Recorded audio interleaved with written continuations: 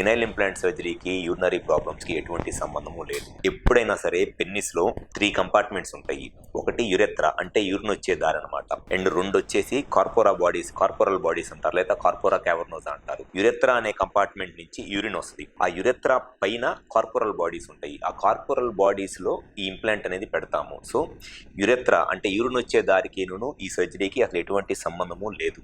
Just ఇది corporal bodies లో పెడతాం కాబట్టి యూరిన్ వచ్చే దారిని అసలు మనం సర్జరీ చేసేటప్పుడు టచ్ కూడా చేయము. యూరిన్ ప్రాబ్లం అనేది ఈ సర్జరీ చేయించుకున్న తర్వాత ఎట్టి పరిస్థితుల్లోనూ 1% ఛాన్స్ కూడా 0.1% ఛాన్స్ కూడా యూరినరీ ప్రాబ్లం రావడానికి ఈ సర్జరీ చేయించుకున్న తర్వాత ఎటువంటి అవకాశము ఉండదు. సో యూరినరీ ప్రాబ్లం వచ్చిందని భయపడాల్సిన అవసరం లేదు ఈ సర్జరీ చేయించుకోవడం వల్ల. అండ్ సెకండ్ డౌట్ వచ్చేసి ఈ సర్జరీ చేయించుకున్న తర్వాత ఇన్ఫెక్షన్స్ ఏమైనా వస్తాయా అని. ఈ సర్జరీ చేయించుకున్న తర్వాత మినిమం ఒక 15 to 20 డేస్ పాటు కనుక ఎవరైతే షుగర్ ఉంటుందో ఆ షుగర్ కంట్రోల్లో ఉండి కొంత బెటర్ యాంటీబయాటిక్స్ వాడుకున్న తర్వాత 20 డేస్ తర్వాత వన్స్ ఈ ఇంప్లాంట్ అనేది బాడీ అనేది కంప్లీట్ గా టేకప్ చేసేసిన తర్వాత ఎటువంటి పరిస్థితుల్లోనూ ఇన్ఫెక్షన్స్ రావడానికి అవకాశం ఉండదు.